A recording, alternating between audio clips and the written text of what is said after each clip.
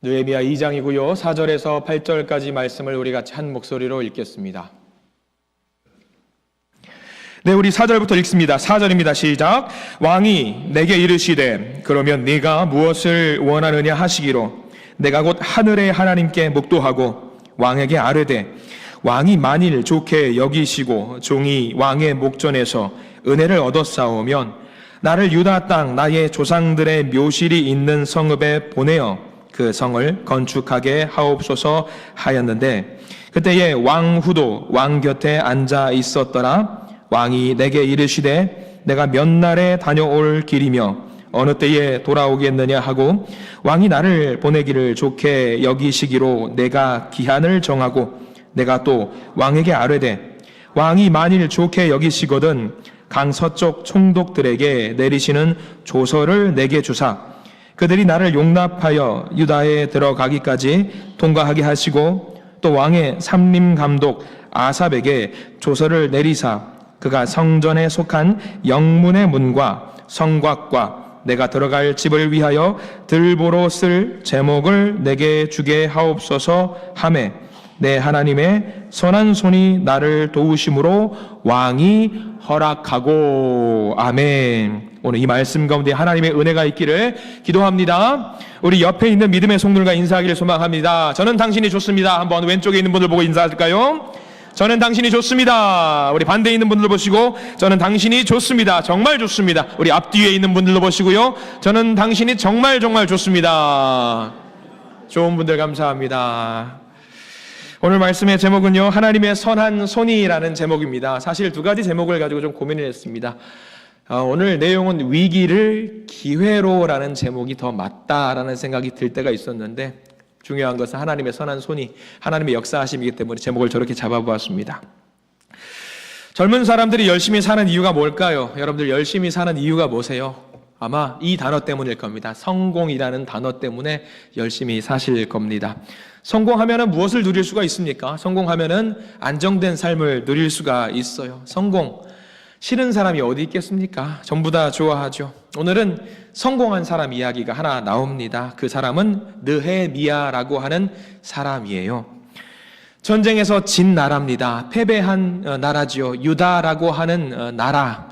전쟁에서 졌고요. 강력한 나라였던 페르시아라고 하는 이 나라에 포로로 끌려갑니다. 그런데 이 느헤미야가 열심히 살아서 그랬을까요? 포로 출신임에도 불구하고 느헤미야는 이 나라의, 이 페르시아라는 나라의 고위 공직자가 됩니다. 왕의 측근이 됩니다. 굳이 지금 우리로 비교하자면요, 비서실장, 왕의 비서실장쯤 될까요? 우리의 관점으로 보면요, 굉장히 성공한 사람입니다. 안정된 삶을 누릴 수 있습니다. 그런데 느헤미야는 참으로 신기합니다. 정말 연구 대상입니다. 그 안정된 삶을요, 다 내려놓습니다. 일부러 불안정한 삶으로 자기 몸을 내던집니다. 오늘 느헤미야 2장은요, 그것을 자기의 안정된 그 영화를 내려놓는 장면이 기록이 되어 있습니다. 어느 날 느헤미야가 집에서 있다가 하인으로부터 뜻밖의 소식을 듣습니다. 자기 고국이, 고향이 무너졌다라는 소식을 듣게 됩니다. 예루살렘에 있는 성벽이 완전히 무너졌다라는 소식을 듣게 됩니다. 그 소식을 들은 이후로 이 느헤미야는요, 마음이 편하지 않습니다. 목표가 생깁니다. 내 고국, 내 고향 땅, 성전을 다시 재건하고 그것을 지키고 있는 성벽을 다시 세워야 되겠다라고 결심을 합니다. 그 이야기가 오늘 느헤미야 2장 말씀입니다. 오늘 2장의 첫 장면은요, 느헤미야가 예루살렘 주변에 성벽이 다 무너졌다라는 소식을 듣고 근심 어린 표정을 하고 있는 그 장면으로부터 시작을 합니다. 표정이 굉장히 어둡습니다. 느헤미야가 비서실장의 역할을 감당하고 있어요. 왕 옆에서 술 시중을 듭니다. 왕은요, 옆에서 술을 마셔야 되고요, 편안한 마음으로 나라를 치리해야 합니다. 옆에 있는 신하들은 무엇을 해야 될까요? 왕이 편안하게 나라를 다스릴 수 있도록 안정된 마음을 공급해야 됩니다. 왕을 근심하게 해서는 결단코 안 됩니다.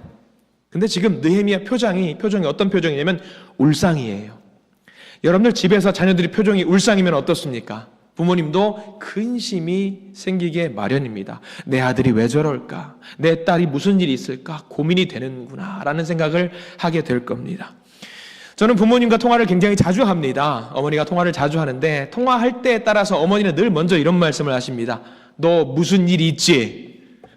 목소리만 듣고도 알아요. 아무 일 없어요. 아니야, 무슨 일 있어? 아무 일 없다고요. 무슨 일 있다고? 없다고요. 무슨 일 있네? 엄마는 다 아시더라고요. 마찬가지입니다. 왕 표정 즐거워야 됩니다. 기쁜 마음으로 나라를 통치해야 되지요. 근데 느헤미야가 술을 따라주면서 음료를 따라주면서 표정이 어떤 표정이냐? 울상이에요. 울상이에요. 이상한 거죠. 그래서 왕이 물어봅니다. 느헤미야 2장 2절 말씀을 우리 함께 보려고 합니다. 화면으로도 띄워주시길 바랍니다. 느헤미야 2장 2절 함께 보겠습니다. 시작. 왕이 내게 이르시되 네가 병이 없거늘 어찌하여 얼굴에 수심이 있느냐? 이는 필연 내 마음에 근심이 있음이로다 하더라. 그때에 내가 크게 두려워하여 라고 나와 있어요. 왕이 물어봅니다. 너 무슨 일이야? 너 표정이 이상해. 문제 있어? 무슨 문제야? 왕의 질문에 느헤미야는 깜짝 놀랍니다. 저기 성경 말씀 보시면 아시겠지만 제일 끝자락에 뭐라고 나와 있어요? 내가 크게 두려워하여라고 나와 있어요. 저 순간에 답을 잘못하면 어떻게 됩니까? 목이 댕강 날아갑니다. 신하니까요. 근데 느헤미야는요, 무서웠지만 이 순간을 기다렸던 것 같습니다. 왕이 물어보기를 기다렸던 것 같아요. 그래서 느헤미야 2장 3절에는 이렇게 대화가 이어집니다. 느헤미야 2장 3절 말씀 우리 같이 한번 읽어볼까요? 시작. 왕께 대답하되 왕은 만세수를 하옵소서. 내 조상들의 묘실이 있는 성읍이 이제까지 황폐하고 성문이 불탔사오니 내가 어찌 얼굴에 수심이 없사오리까 하니 왕이시여 제 고향 땅이요 고국이요 다 무너져 버렸습니다. 다 쓰러졌어요. 내가 어찌 마음이 편하게 있을 수 있겠습니까? 왕이시여 어떻게 하면 좋습니까? 느헤미야는 때를 기다렸습니다. 왕이 자기에게 물어볼 그 때를 기다렸어요. 얼마나 기다렸을까? 왕의 수심이 느헤미야의 수심이 가득해요. 말하고 싶었을 겁니다. 왕이시여 나 이거 힘들어요. 도와주세요. 하고 싶었을 겁니다. 무려 얼마나 기다렸는 줄 아십니까? 여러분들 성경책 한번 보실래요? 성경책을 보십시오. 여러분 화면으로는 안 띄워드릴 거고요. 느헤미야 1장 1절 말씀, 이런 펜이 있으시면 동그라미 표시를 해두셔도 좋고요. 느헤미야 1장 1절 말씀 쭉 보면은요, 제가 읽어드릴 텐데 눈으로 한번 따라오세요. 하가랴의 아들 느헤미야의 말이라. 아닥사스다 왕 제12년 기슬르월에 내가 수산궁에 있었는데, 기슬르월 몇 월인지 궁금하실 겁니다. 양력으로 따지면은요 11월 중순에서 12월 중순에 해당하는 날입니다. 그러니까 달력을 보십시오. 11월 중순에 해가 지기 전쯤에 그 소식을 듣고 마음이 근심, 혼란, 복잡해요. 주여 어찌하면 좋습니까? 고향이 무너졌답니다. 내 고국이 무너졌답니다. 기도했겠지요. 준비했겠지요. 내가 무언가 해야 된다라는 결단이 있었겠지요. 그때가 찾아왔는데 무려 몇 달을 기다렸느냐? 2장 1절 보세요. 느헤미야 2장 1절에 1절 말씀, 2장 1절 제가 읽어드립니다. 화면을 성경을 보시고 따라옵니다.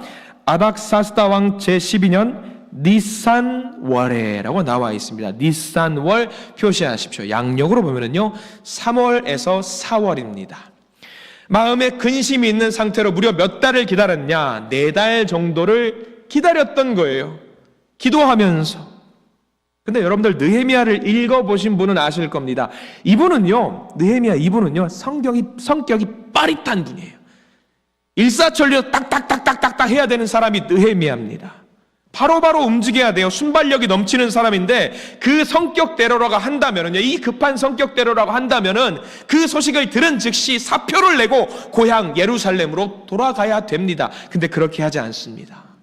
기다립니다. 뭘 기다릴까요? 하나님의 때를 기다렸던 겁니다. 서두르지 않습니다. 이 일은요 자기 혼자 못하는 일이거든요. 자기가 아무리 능력이 출중하다라고 할지라도 이 일은 혼자 못하는 일이에요. 하나님께서 움직이시는 때가 있다라는 것을 정확하게 알고 있었던 느헤미야입니다. 타이밍, 하나님의 타이밍 너무 중요합니다. 신약 성경에도 보면은요, 예수님도 그 타이밍을 너무나도 중요하게 여기셨습니다. 하나님의 아들이기 때문에 일찍부터 내가 하나님의 아들이다라고 손을 들고 선포할 수 있었을 겁니다. 근데 우리 예수님은 무려 몇 년을 기다리셨냐? 30년을 기다리셨습니다. 30년. 예수님도 그 타이밍의 중요성을 알았습니다. 아셨어요. 여러분, 우리 일상 가운데서도 타이밍의 중요성 너무나도 많이 알 겁니다. 여러분들 밥을 지어보신 분들, 밥솥이 요즘 좋아서 김 빠지면 바로 뚜껑을 여시는 분들이 계실 겁니다. 바로 밥솥 뚜껑을 열어 제끼면 어떻게 됩니까? 혼납니다. 왜 혼납니까? 뭐 해야 됩니까? 뜸을 들여야 됩니다. 그래야 밥이 맛있죠. 국을 끓입니다. 팔팔 끓였다고 바로 먹으면 어떻게 됩니까? 혼납니다. 왜? 우려내야 됩니다. 타이밍이 중요합니다. 기다릴 줄 알아야 돼요. 젊은 부부가 있습니다. 사랑하는 남자가 여인에게 고백을 합니다. 근데 아무 때나 고백을 하면은 어떻게 됩니까? 차입니다. 국밥을 먹다가 고백을 하면은 차입니다. 짜장면을 먹다가 고백을 하면 차입니다. 근데 국밥을 먹다가 짜장면을 먹다가 고백을 받아주시는 분은 반드시 결혼하셔야 됩니다. 여기 혹시 짜장면 드시다 고백하신 분, 성공하신 분 계십니까? 손 한번 들어주시겠어요? 아무도 안 계실 겁니다. 타이밍의 중요성, 때의 중요성을 알기 때문입니다. 우리 하나님은 어떠실까요? 때, 타이밍, 하나님의 때도 분명히 있습니다. 믿음도 때가 있습니다. 내 생각에는 지금이야! 내 가슴이 활활 타올라. 바로 지금이야! 근데 하나님이 말씀하십니다. 불 꺼. 지금 아니야. 그렇게 말씀하세요. 느헤미야의 사건도 마찬가지입니다. 정확하게 하나님의 시간표에 입각해서 차곡차곡 이동하고 있습니다. 느헤미야도 알았습니다. 마음은 불안해요. 소식을 들었으니까 불안하죠. 움직이고 싶어요. 불안하지만 참았습니다. 하나님이 역사하실 것을 알고 있었기 때문입니다. 어떤 학자가 현대인들이 기다리는 것을 잘 하지 못한다라고 말을 하면서 그 잘 기다리지 못하는 것이 언제부터 그랬을까? 언제부터 잘 못 기다렸을 것 같아요, 여러분들? 이것이 만들어지고 나서부터 사람은 기다리는 것을 못하게 된다라고 하더라고요. 뭘까요? 맞습니다. 시계가 생기고 나서부터 사람들은 기다리는 것을 잘 못한다라고 합니다. 왜? 시간에 쫓기기 시작을 했거든요. 계속해서 시간을 확인합니다. 그거 여러분들 비단 다른 곳에 가지 마세요. 여기서도 그러실 겁니다. 예배 시간에 시간을 확인하시는 분들 제가 지켜볼 겁니다. 저는 저 뒤에 있는 시계가 굉장히 압박입니다. 몇 분까지 말씀을 전해야 되는지 저 시계가 제게 알려주고 있습니다. 성도님들도 설교가 길어지면 보통 무엇을 보는 줄 아세요? 시계를 보십니다. 오늘 우리 목사님 왜 그러시지? 시간에 종속되어 있는 우리의 모습, 혹시라도 말씀이 짧으면 정해진 시간보다 빨리 끝나면 예배 끝나고 나갈 때 꼭 이렇게 말씀하십니다. 목사님 오늘 은혜 받았습니다. 길어지면 아유 목사님 왜 그러시지? 그 때와 타이밍이 있더라고요. 하나님의 때는요 충분히 기다릴 수 있어야 합니다. 서두르지 마십시오. 사람들이 별 소리를 다 해도 하나님의 때가 되지 않으면 결코 일이 되지 않습니다. 다 망가질 것 같아도 하나님의 때를 기다리는 사람, 하나님의 타이밍을 기다리는 사람은요 서두르지 않습니다. 당황하지 않습니다. 불안해하지도 않습니다. 두려워하지도 않습니다. 느헤미야는 하나님의 때를 기다리고 있었습니다. 안으로는 불이 활활 타오르고 있었지만 무서울 정도로 고요한 마음이 있었던 겁니다. 4달 조마조마 기다리면서 기도했고요. 준비했습니다. 자기가 먼저 움직이기 이전에 먼저 왕이 관심을 가져주기를 기다렸습니다. 신하가 먼저 왕에게 자기의 고민을 꺼내 놓을 수도 있었을 겁니다. 그러면 주도권이 누구에게 넘어갑니까? 자기가 아니라 누가 주도권을 쥐게 되지요? 왕이 쥐게 됩니다. 최악의 경우 자기의 심기를 건드리고 불편하게 만들었다는 이유로 벌을 받을 수도 있습니다. 그래서 무엇이 먼저 움직여야 되느냐? 왕의 마음이 먼저 움직여야 됩니다. 작전이 통했습니다. 마침내 왕이 관심을 갖고 느헤미야에게 다가오고 있습니다. 왜 이런 일이 일어날까? 하나님께서 역사하셨기 때문입니다. 하나님이 움직이셨기 때문입니다. 왕이 호의적으로 다가와요. 느헤미야의 문제에 관심을 가져줍니다. 사실 왕이 신하의 문제에 관심 가질 필요가 있을까요? 없을까요? 없어요. 근데 왕이 지금 느헤미야의 고민에 관심을 갖고 있는 겁니다. 하나님의 때가 되면 이게 가능합니다. 사실 느헤미야는요, 아무것도 하지 않고 그 4달 발 동동 구르고 있었던 것이 아닙니다. 느헤미야가 무엇을 했는지 아십니까? 여러분들 오늘 성경을 보실 텐데, 느헤미야가 고민을 왕에게 토로했을 때에 왕이 뭐라고 했는지를 잘 보십시오.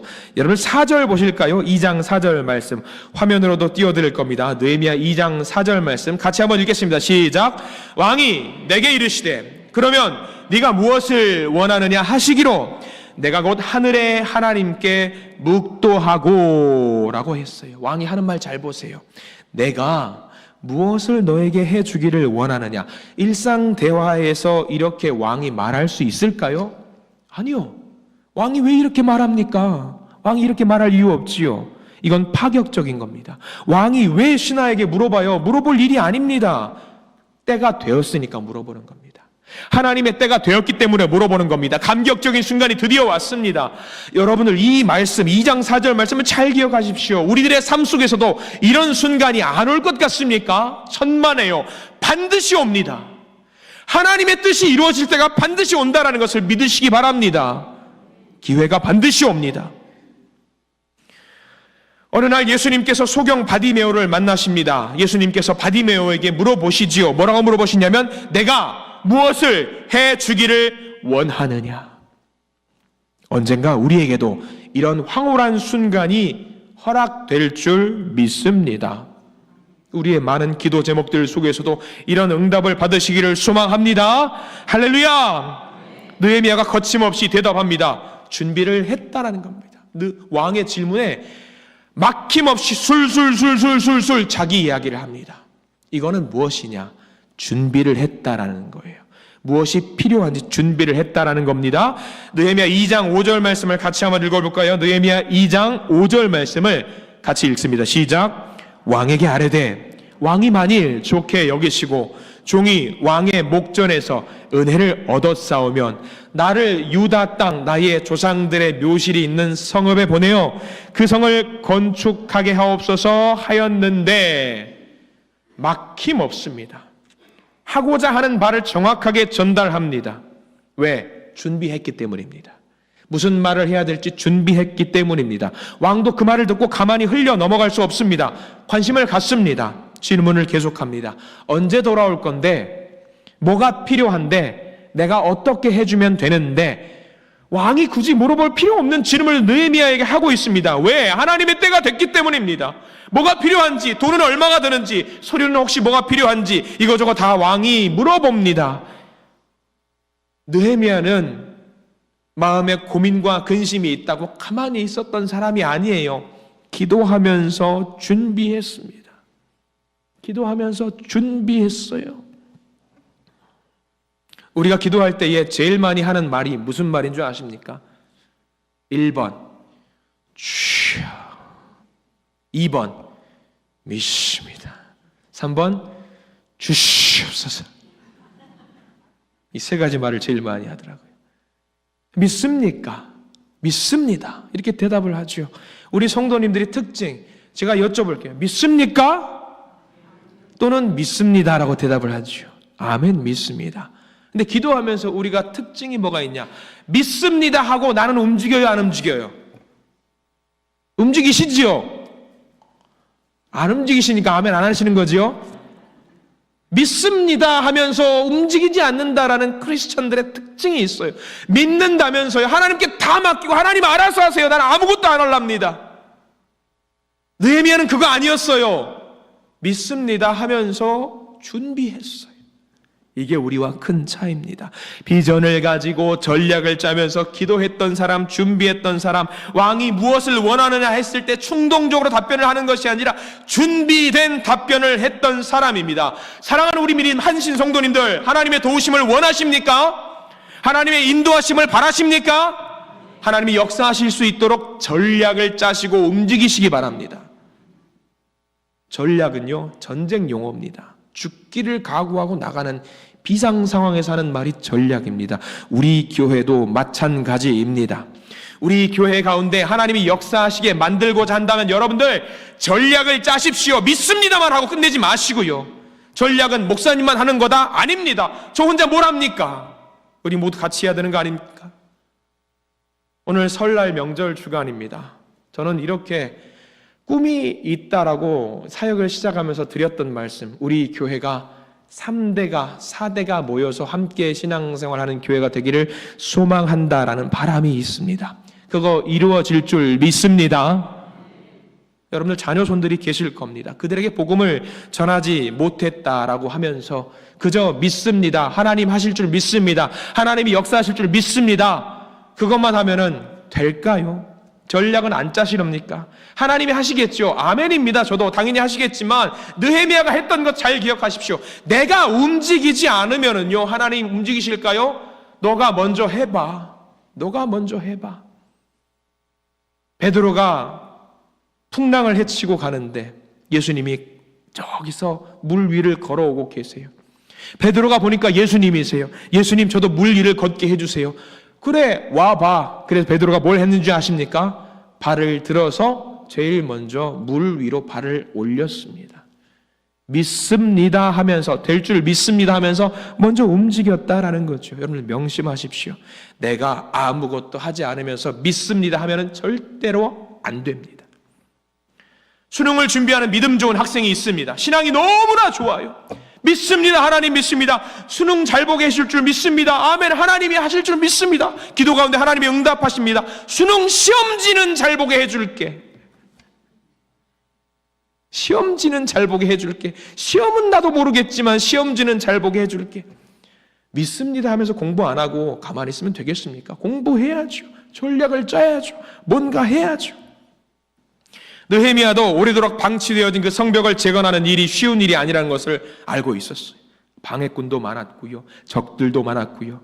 여러 가지 해야 될 것들이 많습니다. 근데 그 정해진 시간 안에 이루어내지 못하면은요, 이제는 돌이킬 수 없는 상황에 처하게 됩니다.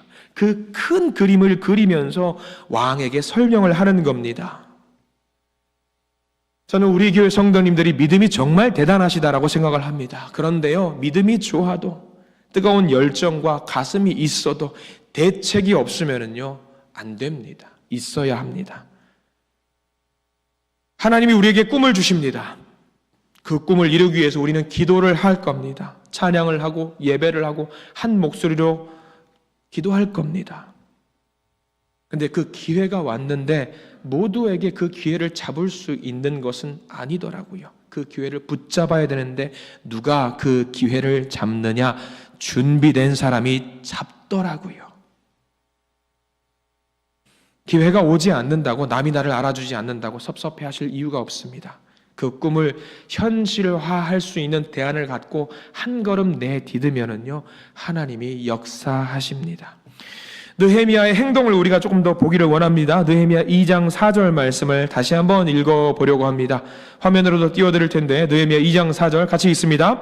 왕이 내게 이르시되 그러면 내가 무엇을 원하느냐 하시기로 내가 곧 하늘의 하나님께 묵도하고 묵상기도죠. 묵상기도. 지금 느헤미야는 왕과 대화를 하고 있습니다. 왕과 대화 중에 느헤미야가 뭘 한 거예요? 왕이 이 앞에 있습니다. 왕 앞에서 말을 해야 됩니다. 1초라도 머무르면 안 됩니다. 근데 대화를 하기 전에 느헤미야가 뭘 했다라는 거예요? 기도했습니다. 매력적인 장면이죠. 짧은 기도겠죠. 왕이시여 잠깐만요 하면서 그 무릎 꿇고 30분 동안 대성통곡하고 기도한 게 아닙니다. 그렇게 기도하면 꽝입니다. 꽝이에요. 느헤미야가 했던 행위는 뭐냐면 순간적으로 하나님께 기도를 했다는 건데, 이게 뭐냐? 우리 삶 속에서 늘 기도하라는 이야기입니다. 순간순간 기도하라는 거예요. 어떤 분들은 기도할 시간이 없어요, 목사님 부족해요 라고 말씀하십니다. 거짓말입니다. 기도는 우리가 늘 할 수 있는 겁니다. 특별한 시간과 장소에서 하는 기도도 중요하겠지만 하나님과 동행하는 자들은 시간과 장소에 구애받지 않고 기도를 해야 됩니다. 여러분들 여쭤보겠습니다. 식사 기도 하시지요? 안 하시는 분 없으시지요? 식사 기도하실 겁니다. 잠잘 때 기도하시는 분 당연히 기도하시지요? 안 하시는 분이 계십니다.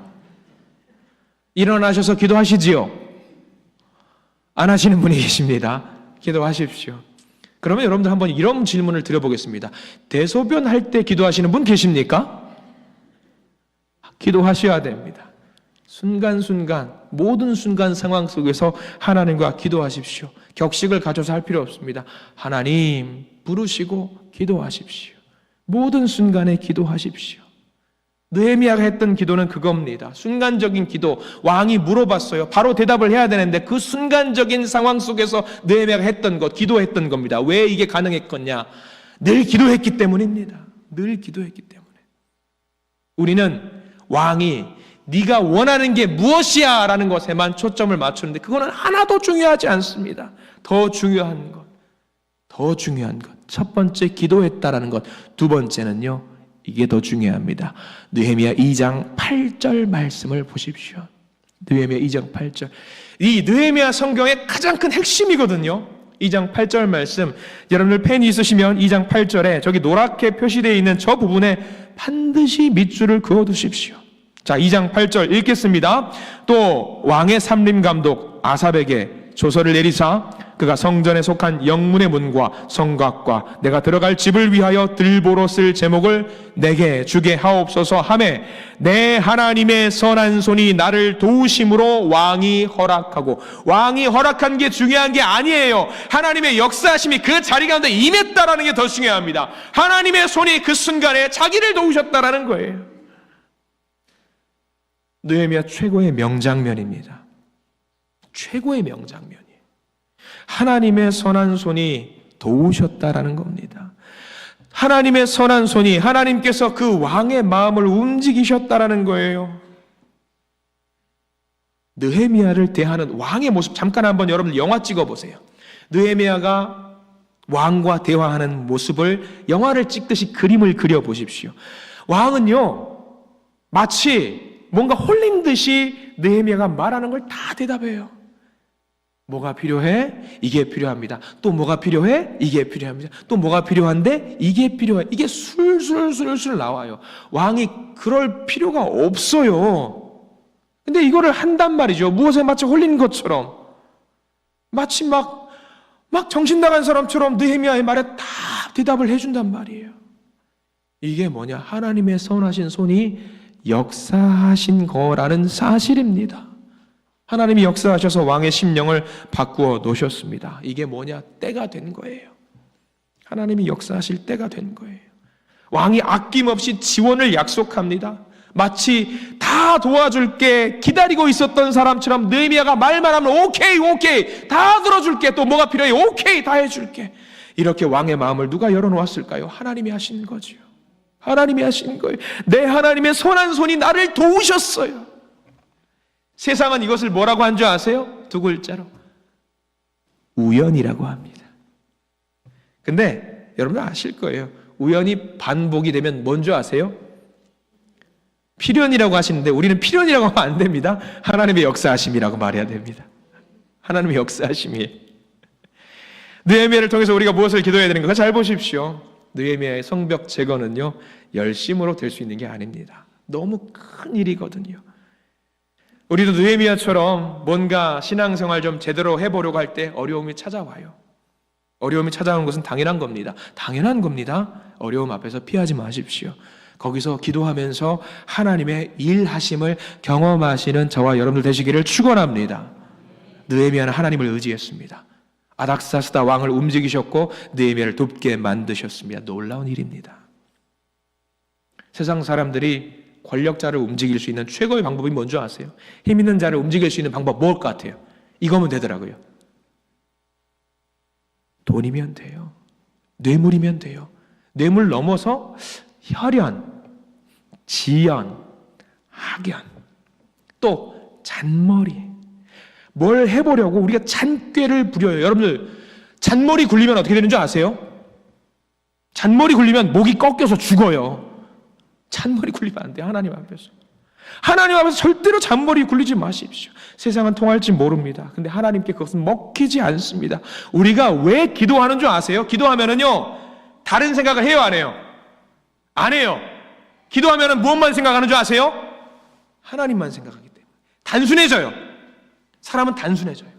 다른 거 생각하지 말자고 기도하자는 거예요. 생각을 복잡하게 하면 별별 생각이 납니다. 이거 해볼까 저거 해볼까. 근데 기도는요, 그런 생각하지 말고 온전히 하나님만 바라보자는 겁니다. 저는 단순한 게 너무 좋아요.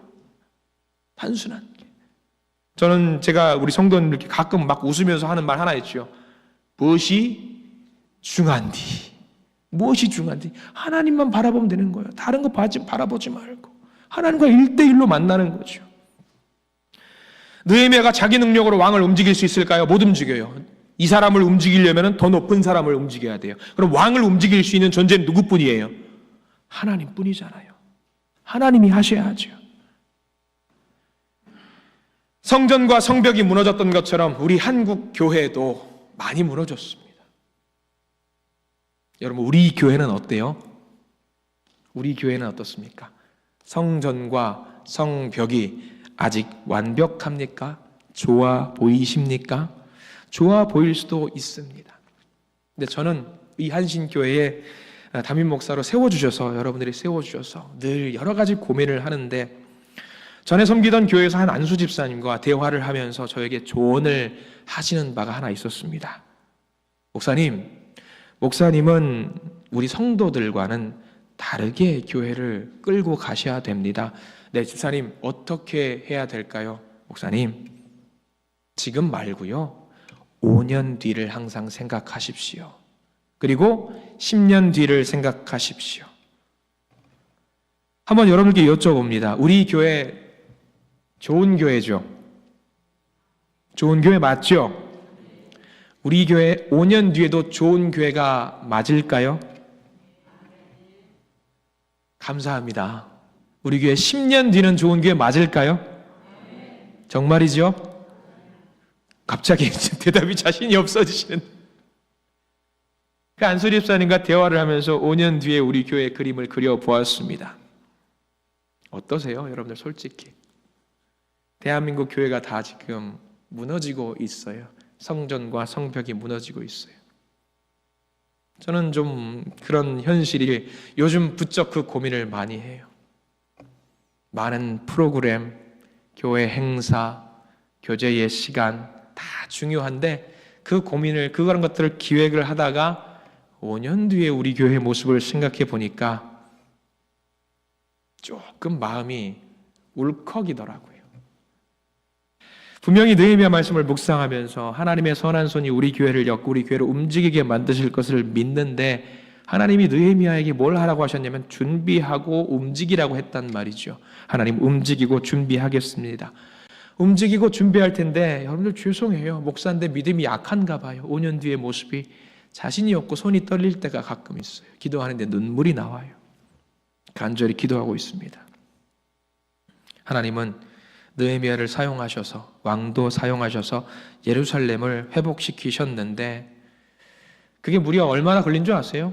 느헤미야가 고국으로 돌아가서 성벽을 재건하기까지 걸린 시간, 제가 지금 정확하게 기억은 안 나는데 대략 그 성벽이 한 100km는 넘는 성벽을 만들어요. 그 성벽을 세우는데, 우리 건축을 하시는 우리 권사님, 집사님도 계시는데, 그만한 성벽을 쌓으려면 얼마나 걸릴 것 같아요? 몇 년은 걸려야겠죠? 근데 하나님이 역사하셔서 무려 얼마 만에 그 성벽이 완성됐냐? 52일 만에 성벽이 완공이 됐어요. 재건을 했어요. 52일이면 성벽 완공할 수 있대요. 하나님 52일이요? 근데 5년은 어떡합니까, 하나님? 우리 성도님들 느헤미야처럼 준비하셨으면 좋겠습니다. 여기 계신 설 명절 때문에 우리 고향을 찾아오신 우리 성도님들도 계실 텐데, 우리 한신교회를 위해서 기도해 주시기를 바랍니다. 느헤미야처럼 준비하시는 우리 성도님 되십시오. 궁극적으로 하나님의 손을 돕는, 그 손을 붙잡으시는 우리 믿음의 성도님 되시길 바랍니다. 우리의 인생 꽉 막혀 있다면 이제 하나님이 일하시는 때가 된 겁니다. 위기의 순간입니다. 분명 위기의 순간입니다. 근데 위기의 순간은 기회의 순간입니다. 역전의 순간이지요. 우리 교회 위기의 때입니다. 반대로 기회의 때이기도 합니다. 저는 우리 교회 느헤미야 말씀을 묵상하면서 많은 고민을 했습니다. 위기를 위기로 인식하지 말고 내가 할 수 있는 최선의 준비를 하면서 위기를 기회로 만드시기를 부탁을 드립니다. 하나님의 선한 손이 여기 역사하실 줄 믿습니다. 우리 교회에 분명히 또 다른 기회가 올 거라고 믿습니다. 세상은 교회가 무너졌다고 해요. 저는 신경 쓰지 않습니다. 왜? 우리 교회는 여전히 많은 성도님들이 세워나가고 있기 때문이에요. 여러분들 준비하세요. 준비하세요. 때가 됐는데 준비하지 않으면 무너집니다. 준비하라는 말은 가만히 있으라는 말이 아닙니다. 그것을 가능하게 했던 것은 하나님의 선한 손이고요, 느헤미야의 준비입니다. 하나님의 선한 그 손을 온전히 의지하면서 기쁨으로 나아가시는 우리 모든 느헤미야와 같은 믿음의 성도님들 되시기를 축원합니다.